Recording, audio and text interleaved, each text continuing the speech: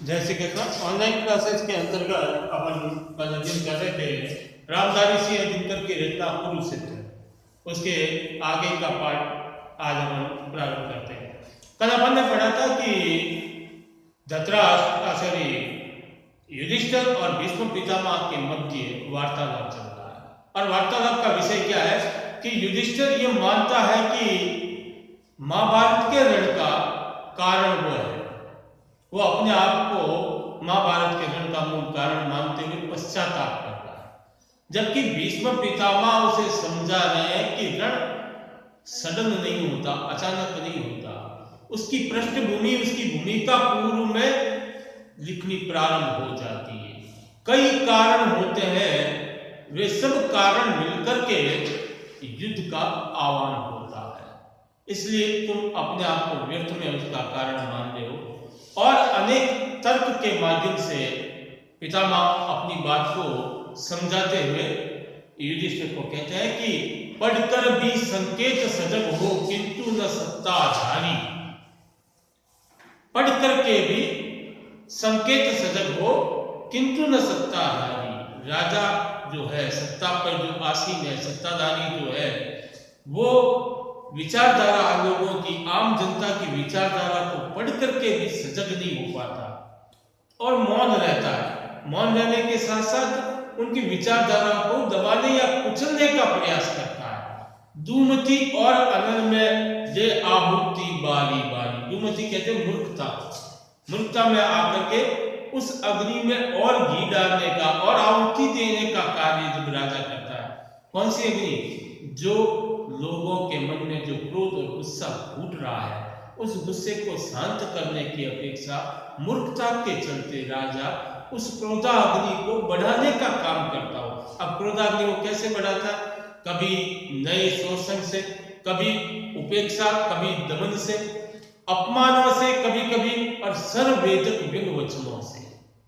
कभी नए शोषण से, कभी नवीन शोषण करके, तो कभी उपेक्षा करके, कभी दमन से, दमनकारी नीति अपनाकर, कभी अपमान करके, या सर्ववेदक व्यंग वचनों से। सर्ववेदक कहते तीखे, चुभने वाले तीर जैसे व्यंग वचनों से, कटु वाक्य कह करके आप उस जनता के भीतर जो अग्नि प्रारंभ हुई है, उस अग्नि को और अधिक तीव्र करते हो।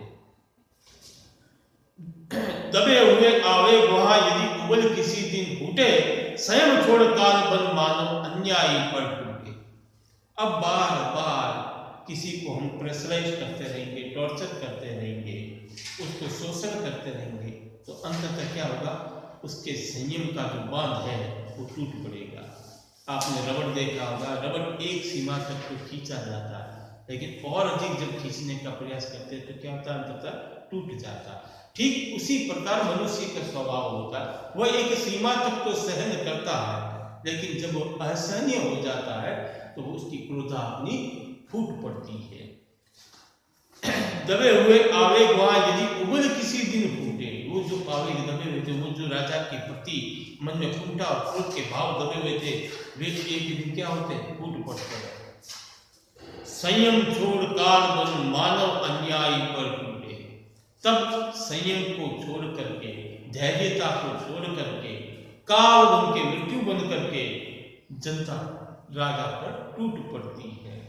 कहो कौन दाई होगा उस दारुण जगदर्पण का? उस समय हे युधिष्ठिर, मुझे बताओ, उस युद्ध का कारण कौन होगा? राजा होगा या जनता होगा? कौन दाई होगा? कौन उत्तरदायी होगा? उस दारुण कहते हैं भयानक, जगदन संसार का जलना, उस भयंकर अग्नि को प्रज्वलित करने का, यानी कि युद्ध का उस समय कारण कौन होगा? अहंकार या घृणा?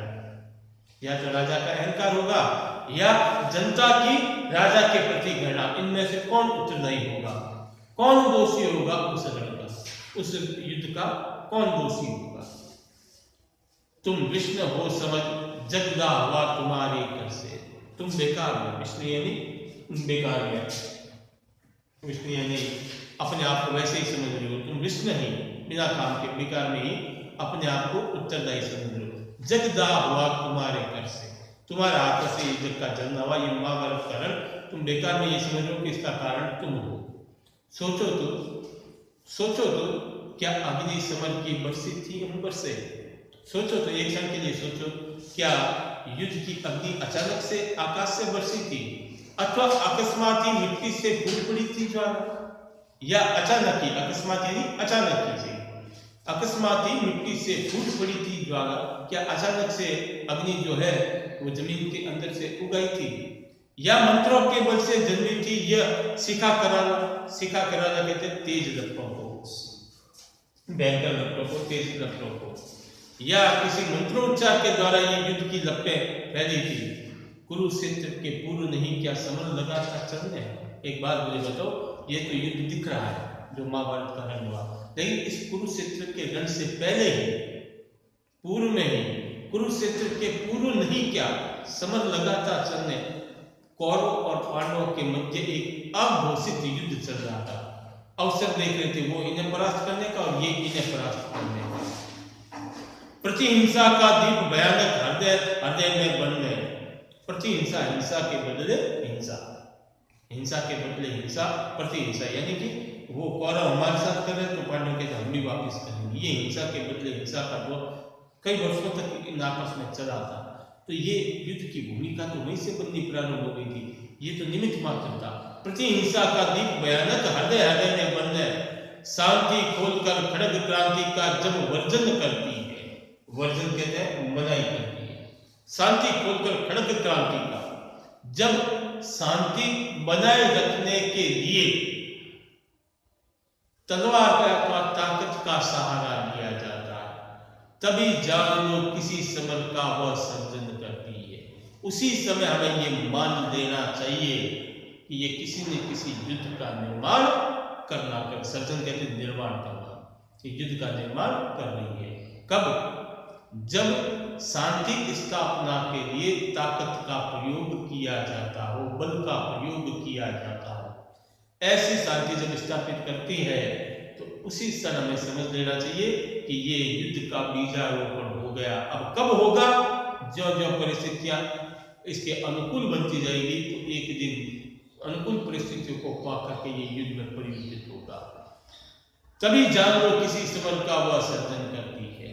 अब जो अगला पद आ रहा है ये आपके परीक्षा की दृष्टि से काफी महत्वपूर्ण पद है।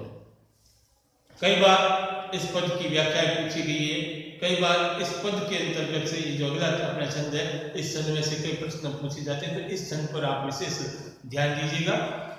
क्या कहते हैं? दिनकर जी लिखते हैं कि शांति नहीं तब तक जब तक सुख भाग नर्द का सम न हो। शांति स्थापित करनी है तो उसका सबसे प्रमुख और मूल मंत्र है शांति नहीं तब तक शांति स्थायी रूप से स्थापित नहीं हो सकती जब तक सुख भाग नर का सम हो। सुख भाग, सुख मिलने वाला हिस्सा जो सभी नर में समान होना चाहिए, न किसी को कुछ बहुत अधिक हो और न किसी को कम हो, न ही किसी को बहुत अधिक हो और न ही किसी को कम हो। कल पूर्व में मैंने बताया था कि एक राजा का ये दायित्व है कि उसकी जनता में समानता का व्यवहार, ऐसा नहीं हो कि धनी और अधिक धनिक होता जाए और गरीब और अधिक गरीब होता जाए। इसलिए सुख भाग सभी का समान होना चाहिए, न तो किसी को अधिक हो, न ही किसी को बहुत अधिक हो और न ही किसी को कम हो, बराबर होना चाहिए, सिमिलरिटी होनी चाहिए, समानता होनी चाहिए। ऐसी शांति राज्य करती है तन पर नहीं हृदय पर। अब जो ऐसी शांति होगी वो मनुष्य के शरीर पे नहीं, उसके मन पर, हृदय पर राज करती है, और हृदय पर जो राज करती है वो स्थायी शांति होती है। पूर्व में हमने पढ़ा कि जब ताकत या खड़क के बल पर शांति स्थापित की जाती है तो युद्ध का बीजारोपण करती है, लेकिन ऐसी शांति जो होगी जो हृदय पर राज करती हो वो स्थायी शांति होगी। ऐसी शांति राज्य करती है तन पर नहीं हृदय पर, नर के ऊंचे विश्वासों पर, मनुष्य के ऊंचे विश्वासों पर, श्रद्धा भक्ति बढ़ने पर न्याय शांति का प्रथम न्यास है। ऐसी शांति जो है वो नर के ऊंचे विश्वासों पर स्थित होती है, उसमें श्रद्धा होती है, उसमें राजा के प्रति, सत्ता के प्रति भक्ति होती है। कब? जब समानता का व्यवहार होता हो। इसलिए साथ में कहा कि न्याय शांति का प्रथम न्यास है।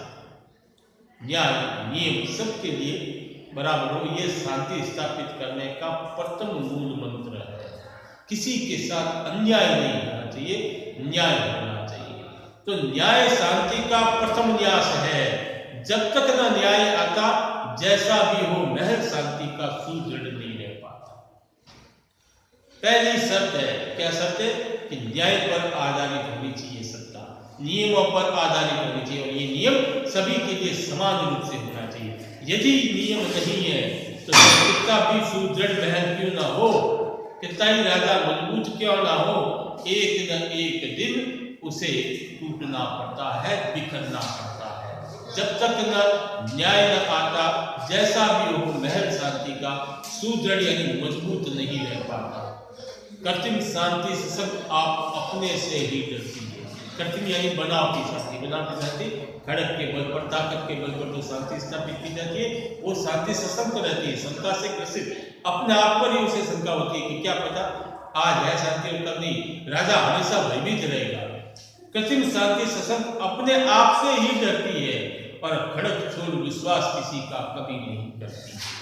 तलवार छोड़ करके, ताकत छोड़ करके वो फिर किसी का विश्वास नहीं करती। जबकि न्याय पर आधारित जो शांति होगी, वो खड़क पर विश्वास नहीं करेगी, क्योंकि वो हृदय पर विश्वास करेगी। इसलिए हमेशा शांति का मूल मंत्र है कि समानता का व्यवहार, न्यायोचित व्यवहार, ये शांति के मूल मंत्र है। ऐसी शांति स्थायी शांतियों की श्रेणी में आती है। आज के लिए इतना ही। शेष जो इसके पद है वो कल की कक्षा में करेंगे। तब तक के लिए जय श्री कृष्ण, धन्यवाद।